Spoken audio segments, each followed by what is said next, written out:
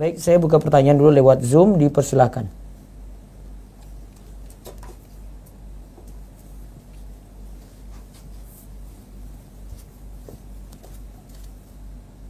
Bismillah Ustadz, Ya. bagaimana kalau pemakaian rum atau sejenis bahan tambahan untuk kue yang juga mengandung alkohol, sedangkan di resep kue hanya takaran ujung sendok atau sedikit, apakah tetap haram kue tersebut? Tadi kan ada makanan dan minuman yang digunakan untuk digunakan dengan khomer ya, khomer tercampur pada makanan dan minuman. Di situ dilihat kalau tidak terurai, awalnya tidak terurai, artinya masih ada tuh, maka tidak boleh digunakan, sepakat ulama. Namun kalau terurai, ya kalau terurai artinya tidak ada bau rasa dan bau rasa khomer lagi, maka tidak ada masalah. Tetapi kenyataannya rum yang digunakan dalam kue, pertama rum itu khomer, itu jelas. Ya.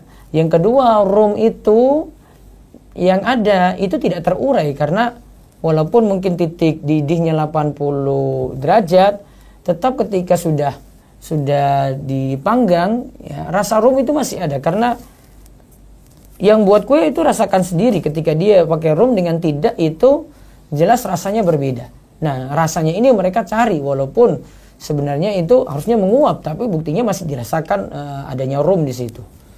Baik, selanjutnya. Baik, masih via chat Ustadz. Ya. Assalamualaikum Ustadz. Waalaikumsalam warahmatullahi wabarakatuh. Izin bertanya Ustadz, bagaimana hukumnya makanan yang disimpan di kulkas bersama di mana makanan yang disimpan di kulkas bersama? Iya, bersama atau di mana penghuni kos tidak semuanya muslim, tidak pernah tahu apakah ada makanan yang dilarang yang disimpan di kulkas.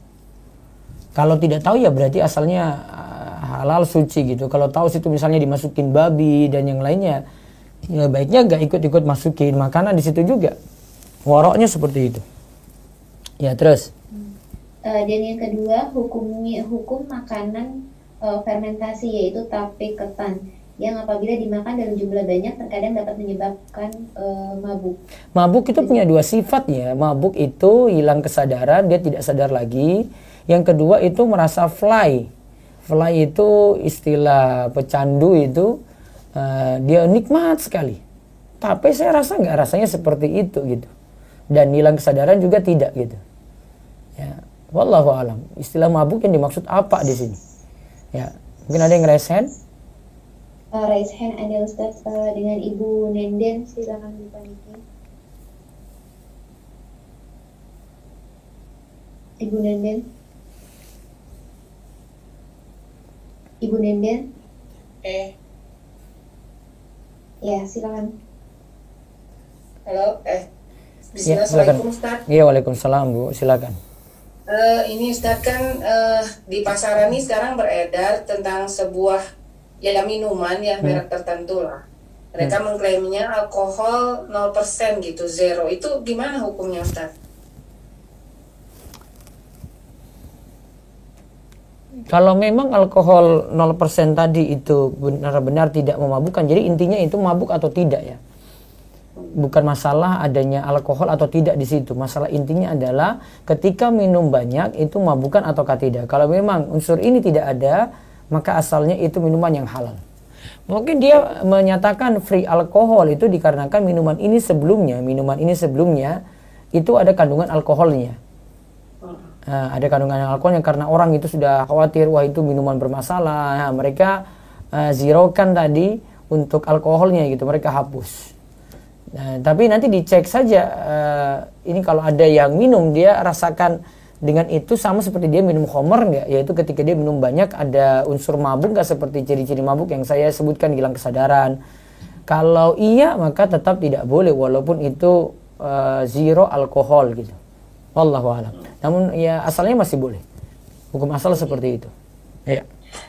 Satu lagi Ustadz ya. Iya. Kalau ini kan ada bahan makanan sekarang yang perasa tuh salah satunya ada perasa rum, itu gimana Ustadz? Nah tadi seperti saya jelaskan ya, baiknya tidak pakai rum walaupun nanti dikatakan nanti terurai, buktinya masih ada rasa rum itu ketika kue itu sudah jadi, berbeda dengan tidak pakai rum.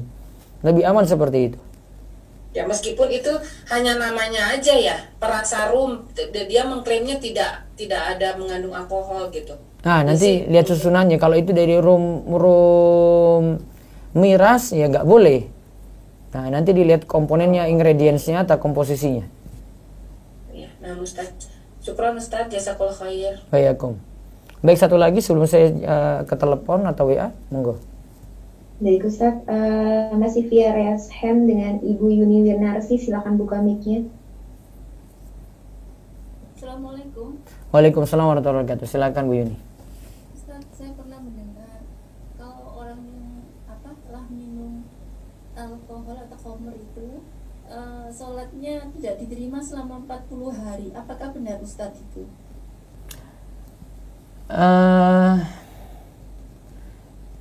Yang kalau katakan 40 hari saya belum tahu dalil kuatnya itu ya.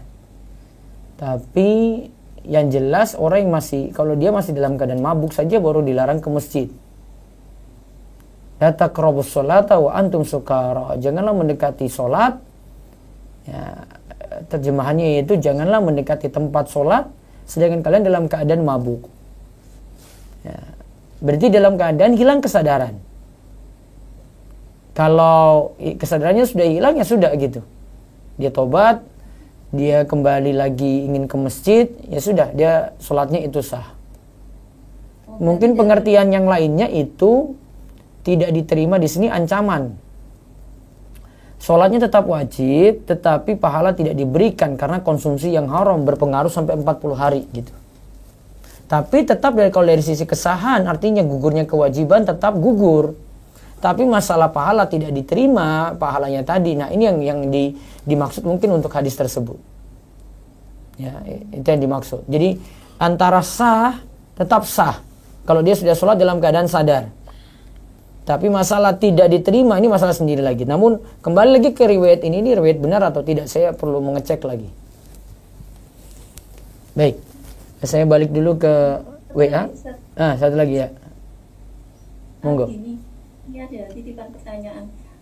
Misalkan kan ada orang yang selain muslim ya Ustaz. Iya. Kan dia punya anak. Kemudian anaknya itu kan masih bayi dan dia meninggal. Apakah anak tersebut akan masuk neraka juga seperti agama orang tuanya? Iya, ikut agama orang tuanya kan. Jadi tetap masuk neraka ya, walaupun dia sendiri kan dia anak yang terlahir itu dia tidak tahu apa-apa kan. Kan nanti tunggu dia besar, nanti dia kena dakwah juga. Masalah dia anak-anak nanti berbeda. Tapi kalau dia itu besar, pasti kena dakwah juga. Dia mau menerima atau tidak.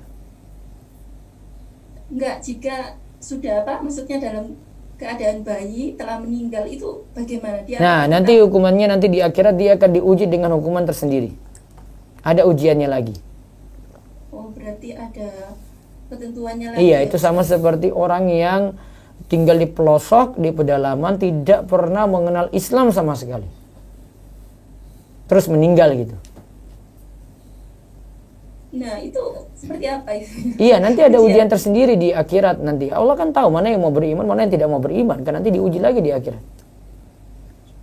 Sama seperti orang gila gitu. Untuk hukum di dunia, asalnya sesuai dengan keadaan dia ya. Dia ngaku muslim ya muslim, kalau ngaku kafir ya kafir gitu. Tapi kalau hukuman di akhirat nanti ada sendiri. Oh, nah Ustaz. Baik. Nah, mumpung ada satu lagi nih, resen lagi. Sebentar, tahan dulu kalau gitu resen ya. Saya baca WA dulu. Ya. Mau tanya mengenai hal ini betul atau tidak Ustadz? Ya. Ada tulisan penggunaan alkohol dengan jenis etanol dibolehkan dalam fatwa MUI nomor 11 tahun 2018 dengan syarat bukan berasal dari khamr dan ya, itu benar. Terus? Tidak lebih dari 0,5% untuk pangan. Tidak ada batasan untuk produk non pangan selama tidak mengganggu dan merusak kesehatan tubuh. Iya, itu betul. Ya. Coba nanti berikan fatwa lengkapnya atau saya nanti cari lagi. Itu yang saya baca dari dulu seperti itu. Jadi asalkan alkohol ini bukan dari khamar gitu. Ya ini yang saya maksud tadi. Ya, terus. Kalau ada telepon angkat ya. Ustadz mau tanya tentang obat kumur yang mengandung alkohol. Nah, itu kan untuk keluar pertama. Dan itu kan kadarnya tinggi, tidak bisa dikonsumsi. Dan kita kalau tadi pakai hukum alkohol itu bukan khamar, maka tidak masalah. Sama dengan hand sanitizer, sama dengan obat kumur. Ya, silakan. Assalamualaikum. Ya, dengan siapa, di mana? Ya. Ya, Bu. Ya.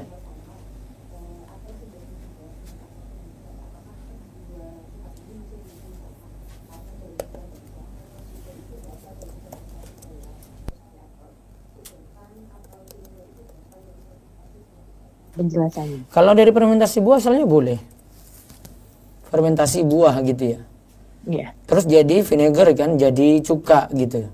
Iya. Nah, Kalau yang terus yang satunya kan apple cider vinegar. Itu katanya dari fermentasi cairan. Apakah itu juga diperbolehkan, Ustadz? nah, cairan apa dulu? Sari apel. Katanya sih sari apel. Ya, asalnya juga boleh. Cider Walaupun ya, itu- CIDER ya. Iya kan? CIDER, Iya. ya, cider vinegar. Cider vinegar. Itu kandungannya apa, komposisinya? Saya kurang tahu, cuman yang tertulis hanya sari apel. Jadi kalau cider vinegar berasal dari sari apel, sedangkan apel vinegar dari fermentasi buah apel sendiri. Asalnya dua-duanya itu boleh. Dua-duanya boleh ya, Ustadz? Iya, karena bukan dari homer itu. Oke. Iya. Oke. Yang kedua, Ustadz, bagaimana hukum konsumsi kopi luwak? Kopi luwak, taruhlah hewan luwak yang makan kopi terus kemudian dikeluarkan lewat ketika dikeluarkan sudah bersih dari kotorannya, maka dia jadi zat yang bersih juga berarti. Taruhlah terserah mau kotoran itu najis atau suci, tapi kalau keluar jadi zat yang baru lagi atau zat yang bebas dari najis, maka asalnya suci. Asalnya suci ya, Ustadz? Iya. Yang ketiga, bagaimana konsep berbakti seorang anak perempuan kepada orang tuanya jika sudah menikah, Ustadz? Sekadar kebutuhan orang tua dia berusaha untuk bantu dengan izin suami, tetapi tetap bakti penuhnya pada suaminya. Karena sudah berpindah ke perwalian, maka semua urusannya dia dengan suaminya. Oke. Sampun Ustadz, matur nuwun, jazakumullah khair. Waalaikumsalam. Baik, di WA lagi silakan. Afan Ustadz, di luar tema, bagaimana hukum sholat di masjid yang di dalam pekarangannya masih satu pagar dengan makam dan makam tersebut Satu pagar dengan masjid ya, terus dan letaknya berada di bagian depan. Jadi kita seolah-olah sholat menghadap ke makam, namun masih ada dinding masjid. kalau ini ada beda pendapat kalau terpisah seperti itu, dinding dengan kuburan tadi. Namun kalau baiknya tidak sholat di masjid semacam itu. Wallahu a'lam. Terus Apa hukumnya menerima pesanan kue sementara anak tahu kue itu dipakai untuk acara Natal? ingat ya, ada kue sifatnya mubah. Kemudian kita tahu niatannya digunakan untuk yang haram, maka tetap haram. Karena tahu tujuannya untuk yang haram. Ya, terus. Bagaimana hukum fermentasi madu dan lemon yang didiamkan selama 24 jam? Setelah 24 jam lemon diambil, madu disimpan di kulkas. Asalnya kalau tidak memabukkan ketika diminum banyak ya, maka untuk konsumsi sedikit tidak ada masalah. Ya, konsumsi yang ada juga tidak ada masalah karena patokannya memabukkan ataukah tidak. Terus. Bagaimana hukumnya minuman dengan kadar zero alkohol? Nah, asalnya boleh. Ya, patokannya itu memabukkan ataukah tidak yang masalah. Ya, terus. Bagaimanakah sikap anak kepada orang tua yang kurang mampu tapi bersungguh-sungguh untuk mencari pinjaman uang, berhutang kepada keluarga yang alhamdulillah tidak ada ribanya? Orang tua tersebut berhutang karena ingin membiayai kuliah anaknya hingga selesai dan tetap benar-benar berniat untuk usaha mengembalikan utang Ya, tersebut. mudah-mudahan Allah mudahkan untuk segera melunasi utang-utangnya. Ya, terus. Ustadz, izin bertanya, bidang pekerjaan saya di diklat pegawai, di mana seringkali peserta diklatnya adalah pegawai pajak. Juga beberapa kali materi yang diajarkan adalah terkait perpajakan. Saya bukan pengajar, tetapi saya bagian administratif yang menyiapkan diklat tersebut. Bagaimana hukum gaji yang saya dapatkan dari pekerjaan ini, Ustadz? Kalau tidak ngurus pajak secara langsung, tidak nagih pajak ya, tidak narik pajak, berarti yang kerja itu yang berdosa.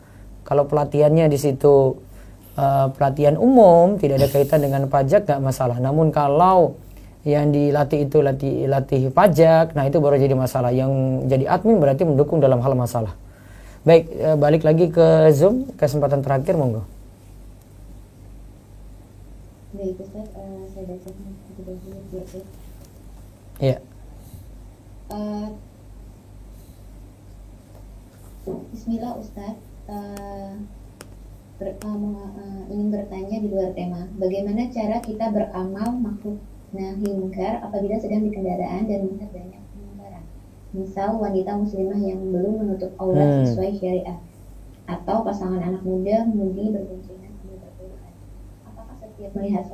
Apakah setiap melihat saya mengingkari dan mendoakan, atau bolehkah mengingkari semua kemungkaran yang dilihat hari itu? Jazakallah khair Ustaz. Kan Nabi SAW katakan, man ra'a minkum munkaran falyughayyirhu biyadihi. Siapa yang lihat kemungkaran maka adalah dia ubah dengan tangannya. Fa illam yastati fa bilisani. Jika tidak mampu maka dengan lisannya. Fa illam yastati fa bi qalbihi wa dzalika ad'aful iman. Jika tidak mampu lagi dengan hatinya. Maka cara amar ma'ruf nahi munkar ada 3 tingkatan. Dan yang paling dasar ini selama-lamanya iman itu dengan hati. Lihat orang enggak pakai jilbab, saya ingkari, saya enggak setuju dengan itu. Itu salah. Ya. Ini sudah nahi munkar nih. Karena sudah hatinya ingkari.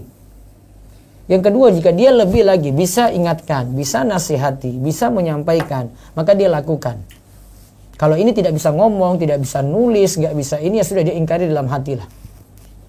Yang ketiga, kalau punya kekuatan berarti dia ubah dengan tangannya. Kalau dengan tangannya ini seperti dia punya kuasa dalam rumah, orang tua, bapak pada anak putrinya. Nah itu bisa diingatkan dengan tangan. Artinya dengan kekuasaannya gitu. Dia marahin, dia komentar ini nggak boleh, kamu itu salah. Nah, itu bisa. Maka lihat kita di posisi yang mana. Kalau kita mampu lebih dari sekadar hati, berarti ya kita ingkari lebih dari hati tadi. Wallahu a'lam. Terus. Bismillah. Ustadz, di Gresik ada minuman vegan yang dibuat dari pohon siwalan. Halalkah Ustadz? Dibuat dari apa? Dari pohon siwalan. Halalkah Ustadz? Nah, saya belum tahu rinciannya. Diberikan rincian lebih detail lagi coba. Ya terus. Pertanyaan selanjutnya di luar tema Ustadz. Ya. Semoga Ustadz dan keluarga serta kita semua senantiasa dalam lindungan Allah. Ya. Ustadz, ketika seorang istri meminta dulu dengan memberikan mahar dan suami memberi uang tabungan dan pergi, kemudian suami memberi pesan kepada ibu mertua bahwa sudah tidak sempat menjadi putrinya dan sudah tidak serumah. Suami saya tanya tidak berniat. Ketika saya tanya karena hanya menuruti saya saja katanya. Apakah ini sudah jatuh talak Ustadz? Kalimatnya apa ketika mau mentalak tadi? Nanti dicek. Di sini tidak dijelaskan. Kalau ada kalimat talak tegas ya maka jatuh talak. Mau dia serius, bercanda, marah tetap jatuh. Tetapi kalau bukan kalimat tegas nanti tergantung pada niatan. Ya, terus. Ada yang lesen Ustadz dengan Ibu Salsabila. Silakan buka mic-nya. Ibu Salsabila. Bismillah. Assalamualaikum Ustadz. Waalaikumsalam warahmatullahi wabarakatuh. Ya silakan. Apakah hukum cash order delivery itu ya Ustadz? Cash order dari COD Ustadz. COD. Produknya apa dulu? Makanan Ustadz. Boleh. Makanan, baju. Enggak masalah. Oh iya. Satu lagi boleh Ustadz? Iya. Jadi anak pesen barang dari kota lain di Indonesia gitu. Iya. Nah terus ternyata barangnya itu dia mesen dulu di luar negeri. Nah itu gimana Ustadz? Boleh nggak? Barang yang dipesan di luar negeri masih proses enggak atau langsung jadi? Kurang tahu Ustadz. Kalau barangnya itu langsung jadi sudah ada, maka orang yang mau jual itu harus miliki dulu. Nyampe ke dia dulu maksudnya Ustadz? Nyampe ke dia dulu baru kemudian beli. Terus kalau misalnya itu gimana Ustadz? Kalau misalnya apa? Kalau misalnya itu barangnya belum jadi terus langsung. Kalau barangnya belum jadi masih proses produksi maka tidak masalah. Bisa bayar di muka, bisa pakai termin, bisa bayarnya belakangan. Oh iya. Oh, jadi boleh ya Ustadz? Iya. Jadi tergantung barangnya itu bagaimana. Iya Ustadz. Jazakallahu khair Ustadz. Waalaikumsalam. Ada lagi yang resen? Masih ada Ustadz dengan Ibu Putri, silakan buka mic-nya. Bismillah, Assalamualaikum Ustadz. Ya, waalaikumsalam warahmatullahi wabarakatuh. Ya, tadi kan kita bahas tentang obat ya. Ya. Selain obat yang mengandung alkohol itu, nah kalau terkait sama label halal Ustadz, itu gimana ya? Dihukumnya seperti apa gitu menurut hukum asal zatnya yang suci atau gimana? Ini label halal pada apa ini? Obat-obatan kan yang kita tahu hanya sedikit ya, bahkan ya mayoritas belum ada label halal gitu Ustaz. Gimana ya? Ya. Dan tanggung jawab kita juga dalam distribusi obat tersebut gitu Ustaz. Ya, lihat dari kalau memang dari muslim komposisinya jelas ya, tidak ada masalah di situ. Dari sisi halalnya ya, halalnya kan tidak mesti dengan sertifikasi MUI kan, asalnya zat tersebut halal dulu. Berarti dihukumi menurut hukum asal zatnya. Hukum Ustaz, asal ya? zatnya halal. Ya, terima kasih Ustaz, jazakallahu khairan. Ya, Waalaikum. Satu lagi terakhir mungkin Bu. Dengan Ibu Latifah, silakan buka mic-nya. Ya. Bismillahirrahmanirrahim. Assalamualaikum Ustaz. Waalaikumsalam warahmatullahi wabarakatuh. Silakan. Ustaz izin bertanya, saya itu kan beberapa beli cat ya Ustaz, cat untuk menggambar melukis gitu Ustaz. Iya. Yang mana setelah saya tanya ke perusahaannya itu, ternyata di cat-cat itu tuh ada bahan yang mana mengandung bahan turunan dari hewan gitu Ustaz, tapi saya tidak dikasih tahu detailnya itu apa turunan dari hewannya. Apa hukum kita memakai cat ini ya Ustaz? Asalnya boleh dulu, tapi kalau ketahuan itu dari zat bermasalah tinggalkan. Asalnya boleh. Kalau kita, Ustaz, kalau kita sekarang kan dalam posisi tidak tahu persisnya ya Ustaz, apakah cat-cat yang beredar itu bebas dari zat turunan hewan gitu Ustaz. Kalau kita pakai untuk melukis dan kita jual lukisannya itu asalnya bagaimana Ustaz? Asalnya hukum asalnya suci bahan tadi. Oh baik Ustaz, jazakumullahu khairan. Ya, taib. Baik, lewat WA. Bismillah Ustadz, bagaimana hukum stik yang melewati proses atau proses rendam dengan bumbu-bumbu lain dan dicampur dengan wine, sedangkan wine juga itu asalnya fermentasi dari buah anggur. Apa Iya, hukum? wine-nya khamar, nggak boleh. Karena sudah jelas khamarnya di situ. Terus. Sebagaimana hukum fermentasi ini tadi sudah Ustadz. Mau tanya Ustadz, hukum jual beli via gosen. Gosen masih boleh. Asalnya boleh, ya. Cuma ya. Baik, telepon langsung dulu. Assalamualaikum. Halo, assalamualaikum. Dengan siapa di mana? Ya, silakan. Waalaikumsalam warahmatullahi wabarakatuh.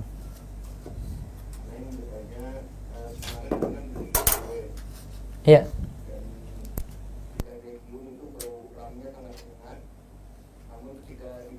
Pada penjualnya itu menggunakan ram sintetis yang notabene non alkohol.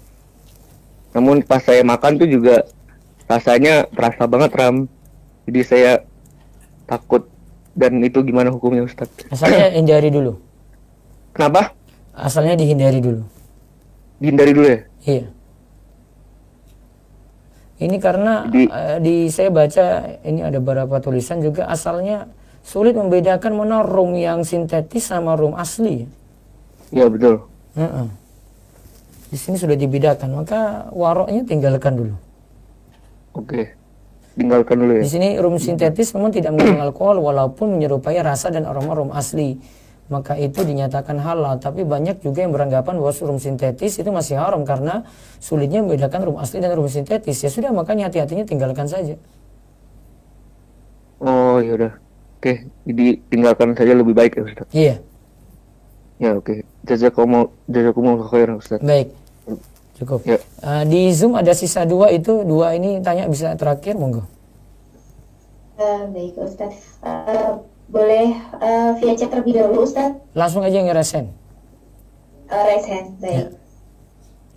Ada Ibu Ros, silakan buka mic-nya. Assalamualaikum. Afwan Ustaz, izin bertanya. Iya Bu, waalaikumsalam warahmatullahi wabarakatuh. Silakan Bu. Ustaz mau menanya hukumnya buah pala Ustaz. Alhamdulillah kemarin belum tahu kalau hukumnya haram karena sering saya pakai di campuran masakan Ustaz. Apakah memakai sedikit pun juga nggak boleh Ustaz? Sedikit boleh, banyak tidak boleh. Kesimpulan hukumnya kayak gitu. Oh gitu, sedikit boleh ya, karena kemarin sedikit katanya nggak boleh juga. Oh, sedikit boleh ya Ustaz? Saya bacakan ini, ada perkataan dari pakar Syafi'i saat ini, pakar fikih saat ini, Dr. Wahab Zuhaili. Tidak terlarang menggunakan sedikit pala sebagai bumbu penyedap baik pada makanan, kue, dan sejenisnya. Namun menjadi terlarang bila jumlahnya banyak. Nah itu kesimpulannya. Oh iya, jadi. Ya. Ustaz. Assalamualaikum. Ada satu lagi Bu, siapa? Bu Yuni ya? Iya, Bu Yuni Umu Ya. Al-Ridho, silakan buka mic-nya. Assalamualaikum Ustaz. Waalaikumsalam warahmatullahi wabarakatuh. Silakan. Ya, beberapa tahun yang lalu Anda pernah mendengar bahwa obat-obatan kita yang terutama yang bercampur dengan zat kimia ya Ustaz, itu beliau mengatakan bahwa rata-rata itu mengandung narkoba. Itu seperti apa ya Ustaz ya hukumnya? Penilaian yang terlalu berlebihan, nggak boleh kayak begitu. Jadi itu pernyataan yang tidak bisa dipertanggungjawabkan ya Ustaz ya? Ya harus bertanggungjawabkan secara ilmiah. Dia bilang kayak gitu. Kalau ini dokter atau dia itu spesialis atau dia bisa ngerti karya ilmiah, ya dia buat kayak karya ilmiah untuk itu. Jangan cuma klaim-klaim saja. Karena ada karya ilmiah kan sudah banyak nih. Kita cari jurnal, jadi cari apa itu kan mudah. Harusnya dia buktikan, tidak hanya klaim kayak gitu. Semua bisa klaim-klaim aja kayak gitu. Nggak benar. Ya. Nggak usah dipercayai. Satu lagi, Ustaz. Iya, silakan. Nah, Ustaz. Satu lagi, ada yang berkata bahwa makanan Padang, masakan Padang itu Ustaz mengandung ganja. Katanya boleh kalau sedikit. Bagaimana itu Ustaz? Ya, asalnya boleh-boleh saja. Unsur di situ kalau bukan ganja yang dipakai dalam narkoba ya tidak masalah. Wallahu a'lam. Oh, jadi boleh untuk masakan gitu ya Ustaz ya. Walaupun mengandung ini apa, terkadang habis makan itu menimbulkan rasa. Iya, karena kadarnya berbeda ya dengan narkoba ya, Bu ya. Nah, Ustaz. Kadarnya berbeda. Baik. Nah, Ustaz, itu saja Ustaz. Syukran, jazakallahu khairan. Waalaikumsalam. Baik, baca satu lagi lewat chat Zoom. Baik Ustaz. Bismillah, Assalamualaikum Ustaz. Waalaikumsalam warahmatullahi wabarakatuh. Bagaimana penggunaan di sini obat bius Ustaz? Obat bius boleh kalau untuk tujuan dibius boleh. Ya, asalnya seperti itu. Namun kalaupun dosisnya itu untuk pemakai narkoba itu beda lagi dosisnya. Ya, ada satu lagi Zoom. Bagaimanakah cara mengetahui bahwa alkohol dalam parfum itu terurai atau tidak? Sedangkan saya tidak tahu bagaimana bau alkohol. Jazakallah khair. Nah, makanya ini jadi pertanyaan dari ini karena ini sudah jadi campuran unsur senyawanya. Tadi saya sudah sebutkan itu macam-macam di dalam parfum beralkohol tadi gitu. Ya, asalnya masih boleh digunakan karena efeknya sejatinya tidak memabukkan gitu. Nggak ada yang bilang orang pakai parfum ini langsung mabuk gitu, nggak ada, karena zatnya berbeda ya dengan khamar. Itu baik. Ada apa ya terakhir?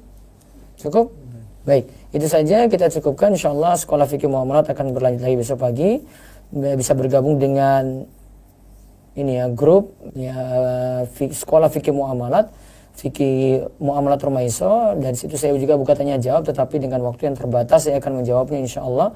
Mudah-mudahan kajian ini bermanfaat dan kita terus dikaruniai rizki yang halal dan dijauhkan dari yang haram. Kita tutup dengan doa kafaratul majlis. Subhanakallahumma bihamdika asyhadu an la ilaha illa anta astaghfiruka wa atubu ilaik. Assalamualaikum warahmatullahi wabarakatuh.